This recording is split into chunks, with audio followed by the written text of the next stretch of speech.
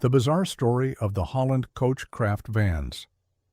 The Art Deco masterpieces that disappeared after the war. In the 1930s, a man in Glasgow built the most beautiful delivery vans the world had ever seen. They looked like something from a science fiction film: sweeping curves, fully enclosed wheels, polished aluminium trim. They delivered laundry, clean shirts, and pressed collars, hauled around Britain in vehicles that looked like they belonged on a land speed record course. And then, when the war came, every last one of them vanished. So, 1930s Britain. To understand what William H. Holland was up to in Glasgow, you need to understand the design fever that had gripped the entire Western world, because the 30s were frankly insane when it came to how things looked. Everything had to be streamlined: trains, ocean liners, buildings, kitchen appliances, toasters, pencil sharpeners. If it existed, someone somewhere was trying to make it look like it could do 300 miles per hour. The movement had a name: Streamline Moderne. It grew out of Art Deco, stripped away the fussy ornamentation, and replaced it with smooth, flowing curves and bullet shapes inspired by aerodynamics and the great ocean liners and the new commercial airliners that were starting to cross the Atlantic. In America, the 1933 Chicago World's Fair, called A Century of Progress, introduced the machine aesthetic to millions of ordinary people for the first time. Suddenly, the future had a shape. It was rounded, it was smooth, and it moved fast, even when it was standing completely still. In Britain, the same fever took hold with force. The London and Northeastern Railway unveiled its breathtaking streamlined A4 class locomotives in 1935, and they were like nothing railway passengers had ever seen. Sleek silver-gray wedges of metal that shattered speed records and looked genuinely alien on Victorian-era platforms. The Great Western Railway had its Art Deco rail cars gliding into country stations, looking like spaceships that had somehow landed in the wrong century. Even city buses were getting the treatment, with rounded corners and chrome trim replacing the old flat panels. The idea behind all of it was simple, almost childishly so. Aerodynamics meant speed, speed meant modernity, modernity meant progress, and progress sold products. It didn't actually matter whether the thing being streamlined needed to go fast. A streamlined refrigerator wasn't going anywhere. But it looked like it could. And in the 1930s, that was enough. Now, into this world of speed-obsessed, curve-mad industrial design walked William H. Holland, not a car designer, not an aeronautical engineer, not a graduate of some prestigious European design school, a coach builder based in Govan, Glasgow, Govan, one of the grittiest, toughest industrial districts in all of Scotland. Before Glasgow, Holland had worked at his grandfather's engineering works, Macintyre's, in Greenock, so he had practical engineering in his blood. But Govan was a different world, a place of shipyards and tenements and hard-working men who built ships and drank whiskey and didn't much care about Art Deco anything. It was absolutely not the kind of place you would expect to find someone designing vehicles that looked like they had been pulled from a World's Fair exhibit. But that is exactly what Holland was doing. Here was the problem he identified. Commercial vehicles in the early 1930s were, let's be honest, ugly. Genuinely, aggressively ugly. Flat-fronted utilitarian boxes on wheels. They did the job, but they looked like they resented doing it. Holland's insight, and it was a genuine insight, was that a delivery van was not merely a vehicle. It was a mobile advertisement. Every single hour it spent on the road, it was being seen by hundreds of people, thousands in a busy city, tens of thousands over the course of a week. So why not make it something people actually wanted to look at? Why not turn the van itself into the advertisement? Holland claimed he had been sketching streamlined vehicle designs as early as 1927, 4 full years before he ever built one, before the streamline craze had even properly begun. He spent those years drawing, refining, studying the principles of aerodynamics, thinking about how to apply them to commercial vehicles that had never, in the entire history of motorized transport, been designed with aesthetics in mind. Then, in the middle of 1931, he set up what he called an experimental plant in Govan, Glasgow, to concentrate on developing his ideas into actual working vehicles. The company was called Holland Coachcraft. It was registered at 95 Bath Street, Glasgow. Share capital of £3,000. That was it, £3,000. To launch what would become one of the most distinctive vehicle design operations in British history. The thing is, Holland was not just slapping a pretty body onto an existing van. He had genuine engineering principles behind the work. In 1937, he described what he called a scientific chassis layout. His philosophy was to put the load, whether passengers or goods, in the center of the vehicle instead of over the back axle, which was standard practice at the time. Then you would build the streamlined coachwork around it, putting the engine in whatever position best served the overall balance and handling of the vehicle. This was radical thinking for commercial vehicles in the 1930s. Most designers were treating the body as an afterthought, a rectangular box you bolted onto whatever chassis happened to be available.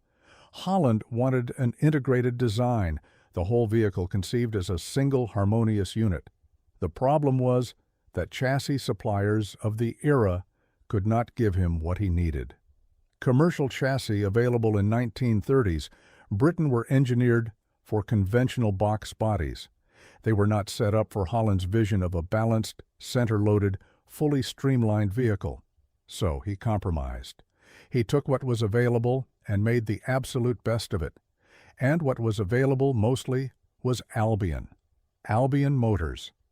Founded in 1899, right there in Glasgow, just up the road in Scottstown. They had started with 7 employees on the first floor of a building in Finiston Street. Their first product was a rustic-looking dog cart made of varnished wood, powered by a flat-twin 8-horsepower engine with solid tires. By the 1930s, Albion had grown into one of Britain's biggest commercial vehicle manufacturers. Their trucks and buses went everywhere: Asia, Africa, Australia, India, South Africa. The company grew to over 900 workers by the outbreak of the First World War.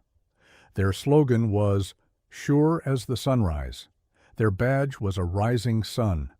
The chassis Holland typically used was the Albion B119, a solid, dependable platform introduced in 1935 and designed for medium-duty commercial work. Not exactly a canvas for art, but Holland made it one. The construction was straightforward but extraordinarily meticulous. Each van started with the Albion chassis. Over that, Holland's craftsmen built a frame from ashwood. Over the ash frame went a birch plywood lining. Then 18-gauge silver steel body panels were hand-formed and carefully fitted over the wooden structure, creating those flowing compound curves that made the vans look like nothing else on the road. The finishing touches were polished aluminium moldings that ran along the body, catching the light and giving the whole vehicle a jewel-like quality. These were not mass-produced stampings. Each molding was fitted and finished by hand. The lower portions of some vans appeared to have a high-gloss lacquered wood finish, though whether this was actual polished timber or an elaborate simulated paint effect remains debated by researchers to this day. And who bought these rolling works of art? Laundries. Of all the industries in 1930s Britain that you might expect to care about vehicle aesthetics, it was the commercial laundry business that fell hardest for Holland's designs. And the biggest customer of all was a company called Collars Limited, based in Wembley, Middlesex. Collars claimed to be the largest collar launderers in the world. Think about that. A company whose entire business model revolved around washing detachable shirt collars, and they operated a fleet of close to 100 vehicles. Nearly 50 of those were Holland Coachcraft Streamlined vans. The first Streamlined collars van entered service in 1933. The effect was immediate and measurable. These vans turned heads everywhere they went. People stopped in the street to stare at them. The company tracked customer inquiries that came in purely because someone had spotted one of the vans and wanted to know more. Not about the van itself, about the laundry service. The van was generating business just by being beautiful. The publicity value was so significant that Collars steadily expanded their Streamlined fleet over the following years, eventually building it to nearly 50 vehicles. Collars ran their fleet with military precision. Drivers worked a 5-day delivery week, then came in on Saturday mornings to wash, grease, and inspect their vehicles. Every single driver had to submit a van report before receiving his weekly bonus. Any defects had to be reported to the maintenance department immediately. Weekly checks covered tire pressures, brake adjustment, battery levels, greasing, and washing. Every 4 weeks, spark plugs and contact breaker points had to be cleaned and reset. Spare vans were kept on standby for emergencies, but the fleet was maintained so carefully that the spare vehicles were only needed 2 or 3 times a year. The average annual mileage ran between 10 and 12,000 miles per van. There was even a rule that no driver could operate one of the heavier vehicles unless he was married and at least 23 years of age. Apparently, the thinking was that a married man of a certain age would be more responsible behind the wheel. 3 senior drivers were assigned to maintain discipline across the fleet, keeping an eye on junior drivers and ensuring that every vehicle was operated safely at all times. If you're enjoying this, hit subscribe. We cover stuff like this every week. Okay, back to it. So let's talk about what made these things genuinely special from a technical standpoint. The body construction, ash frame with birch ply lining and hand-formed steel panels, was essentially aircraft practice applied to road vehicles. In the 1930s, many aeroplane fuselages were still being constructed using very similar methods, wooden frames covered with metal or fabric skin. Holland was borrowing proven lightweight construction techniques from the aviation world and applying them to a completely different category of vehicle. The result was a body that weighed less than you might expect for its size, was reasonably strong for the daily stresses of commercial use, and looked absolutely extraordinary.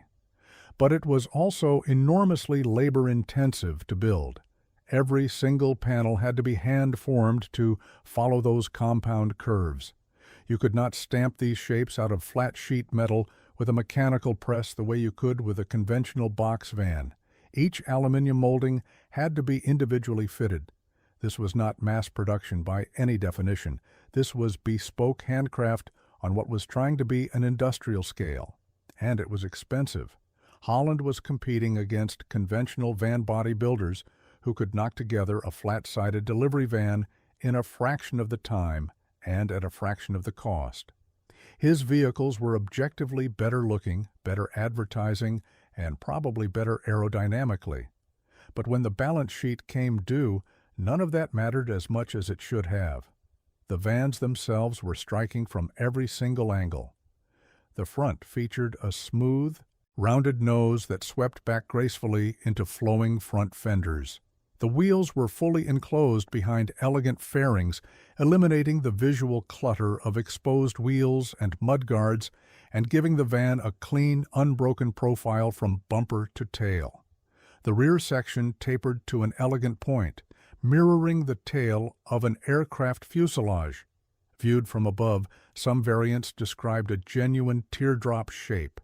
The overall impression was of forward momentum and effortless speed, even when the van was sitting motionless outside a laundry somewhere in suburban Manchester, patiently waiting for someone to emerge with a bundle of dirty shirts.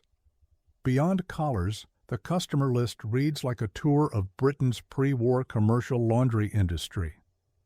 Castlebank Laundry in Glasgow ran a fleet of striking yellow Holland Coachcraft vans through the streets of Annie's Land, advertising their cheerful cost-you-less cleaning service.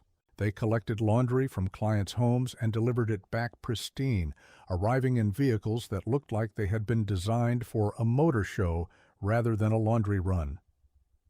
Pioneer Laundry of Liverpool used them, Universal Laundry of Greater Manchester operated one of the most frequently photographed examples, a gorgeous machine with flowing lines and a two-tone paint scheme that makes it look like a concept car in the surviving black and white images. Holland also built for customers outside the laundry trade, bread vans for Land and Stevenson's of Glasgow on Albion chassis around 1934. Interestingly, these were not streamlined. They were conventional panel vans, but with a clever innovation. Quickly interchangeable advertising panels on the sides. Holland understood intuitively that a commercial vehicle was a mobile billboard, and he designed his vehicles to maximize that function regardless of whether the body itself was streamlined. He also constructed an ice cream van for Nardini's in the Scottish seaside town of Largs, and he prototyped a streamlined car body on a Ford Model Y 8-horsepower chassis back in 1932, which he used as a mobile advertisement for Yuma Bread.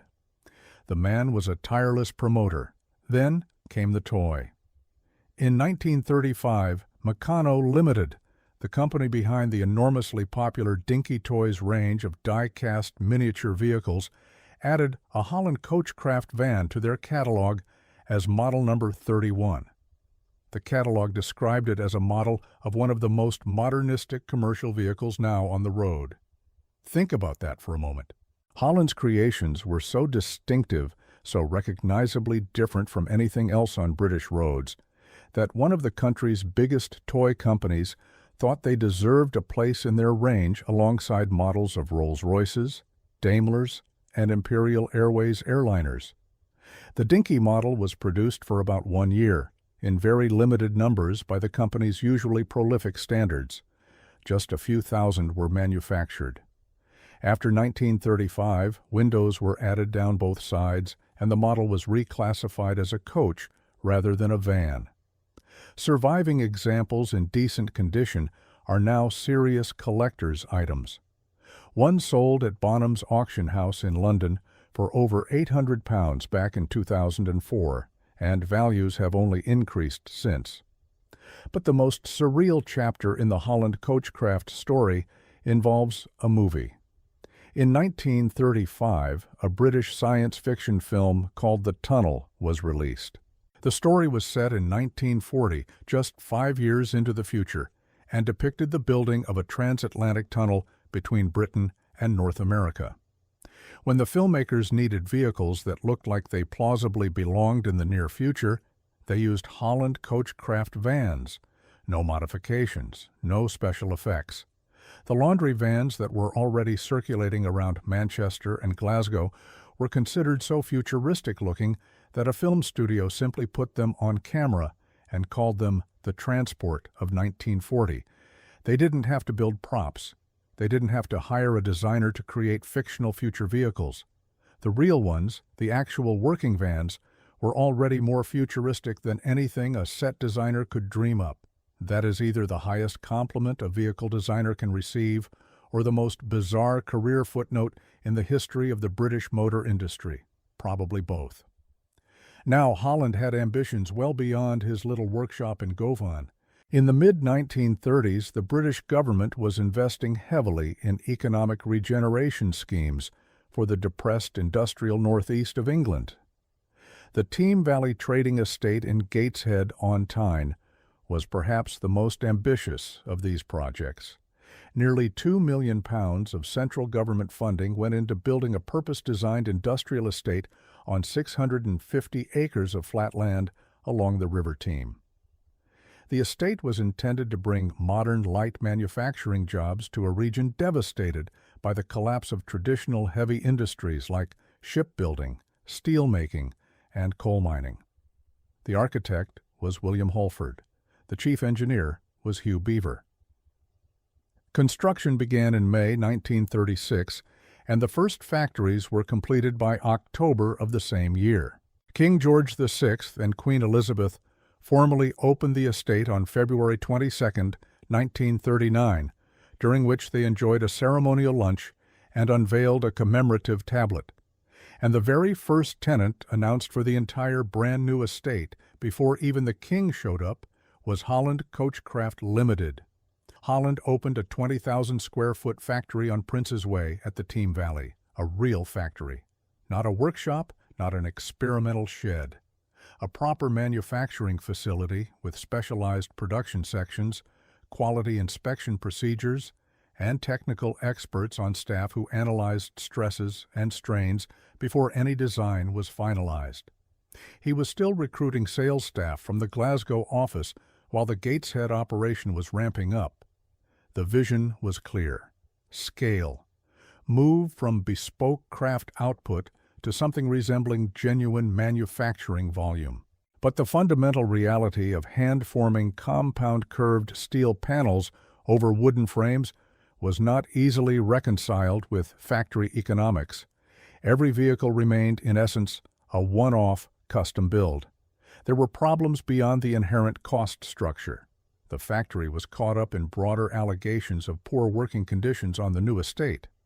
Though the shop stewards of the National Union of Vehicle Builders defended Holland Coachcraft specifically, noting the company paid above the national minimum hourly rate.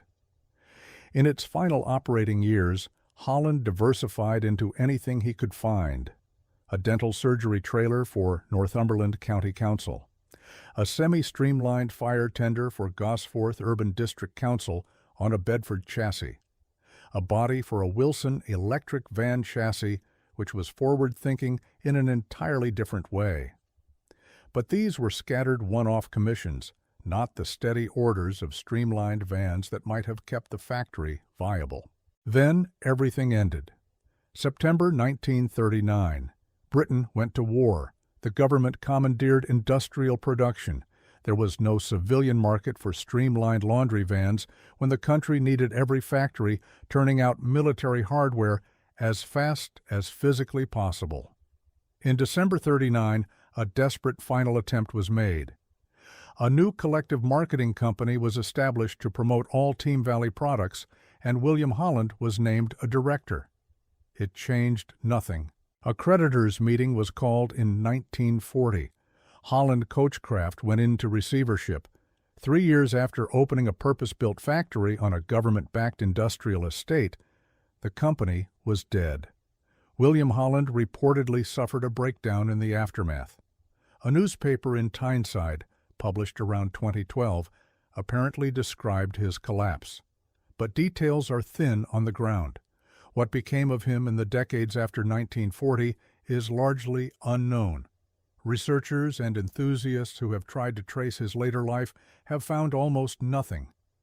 He faded from the record entirely, a designer whose talent for creating beautiful things was not matched by the business skills or the economic circumstances needed to sustain them. And the vans? Gone. Not in some dramatic single event, not in a bombing raid or a factory fire. They simply wore out, broke down, were cannibalized for parts, and quietly scrapped during the war years when materials were desperately needed and a beautiful body was an unaffordable luxury. A van built from ash wood and steel was worth more as recyclable raw material than as a vehicle nobody needed anymore. The wood could be reused for war production. The steel could be melted down for armaments.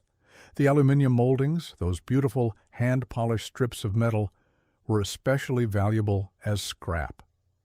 Aluminium was critical to aircraft production. A streamlined laundry van sitting idle was a source of raw material that could help build Spitfires. Nobody was going to sentimentalize a delivery vehicle when there was a war on. And so, one by one, without ceremony, the most gorgeous commercial vehicles ever produced in Britain were taken apart and ceased to exist. Today, nobody can confirm that a single Holland Coachcraft vehicle survives anywhere in the world. Not one. No museum, no private collection, no warehouse, no barn. Nothing. The Riverside Museum in Glasgow has no example. No collector has come forward. No barn find has ever surfaced. The only physical evidence that these vehicles existed consists of black and white photographs, a handful of rare Dinky Toy models, and the scattered memories of people who saw them on British streets before the war took everything away. The Dinky Toy model may be the single most significant surviving artifact of the entire Holland Coachcraft enterprise, a die-cast miniature, roughly 3 inches long, that has endured for 9 decades, while every full-size vehicle it represented has been lost. Pre-war Dinky models used a softer metal alloy that is susceptible to fatigue and crumbling over time, which makes finding one in good condition across 9 decades a genuinely difficult proposition. These tiny toys now command prices at auction that would astonish the drivers who once climbed into the real things every Saturday morning to wash and grease them. There is something almost painful about that level of erasure. Holland Coachcraft existed for roughly a decade. It produced vehicles that were photographed, written about in trade journals, featured in a film, modeled in die-cast miniature, and remembered by everyone who saw them on the road. And yet the physical record is completely gone. If you wanted to touch one today, to run your hand along one of those hand-formed compound curves, to see how the polished aluminium moldings caught the afternoon light on a Glasgow street, you cannot. That experience has been permanently and irrecoverably lost. But here is the part that matters most. Holland's core idea survived the company, the man, and every van he ever built. The concept that commercial vehicles should be designed with aesthetics in mind. That a delivery van was not just a mechanical tool, but a rolling statement about the values and ambitions of the company that operated it. That visual beauty could serve a hard commercial purpose, generating customer inquiries and brand recognition simply by moving through the streets. Today, every major logistics and delivery company on the planet thinks obsessively about how its fleet vehicles look. Amazon, FedEx, DHL, UPS. They employ design consultants and branding agencies and spend millions making sure that their vehicles project precisely the right image. William Holland was doing this 95 years ago in a workshop in Govan, with ash wood, birch plywood, and hand-beaten silver steel. The Team Valley Trading Estate still exists in Gateshead. It thrived, even if its first tenant did not. Around 700 companies, roughly 20,000 employees. The original St. George's House headquarters building, designed by William Holford, apparently featured in the opening sequence of the film The King's Speech. Holland's former factory on Prince's Way was subsequently occupied by Smith's Electric Vehicles and Northern Coach Builders. The building may still stand in some form. The vehicles that once rolled out of it certainly do not. There are people still working to piece together the full story. A researcher named Mark Bailey spent years gathering material for a definitive book on Holland Coachcraft, but he died before completing the work, and the fate of his research and manuscript remains unknown. A descendant of William Holland's family appeared on an enthusiast forum and hinted that original design drawings remain in the family's possession. Yvonne Precieux, a researcher based near Greenock, where Holland worked at his grandfather's engineering works before moving to Glasgow, has long argued that the conventional history of streamlined design is unfairly limited to American and continental European narratives, ignoring what a Scottish coach builder was achieving with £3,000 and a workshop in one of Glasgow's toughest neighborhoods. So here is what remains. A man named William H. Holland, working in Govan, designed commercial vehicles so beautiful that a science fiction film used them as futuristic props, so distinctive that Meccano immortalized them in die-cast metal, so admired that the world's largest collar laundry ordered 50 of them, and so fragile, so tied to the economics and materials of their moment that not a single one has survived to the present day. The factory is a footnote. The company is barely a footnote. The man himself has almost vanished from the historical record entirely. But the photographs remain. And when you look at one of those vans, frozen in black and white on a Glasgow street, or posed for a publicity shot outside a laundry in Manchester, something in you recognizes it instantly, not as a relic, not as a curiosity, as something that understood the future, decades before the future got around to arriving. And then, like a great many things that show up too early, it simply disappeared. And there you have it. The Holland Coachcraft vans, built for laundry, designed for the future, lost to history. If you know anything about these vehicles, if your grandfather drove one, or your family has a connection to the company, drop it in the comments. And if you made it this far, go ahead and subscribe. More coming soon.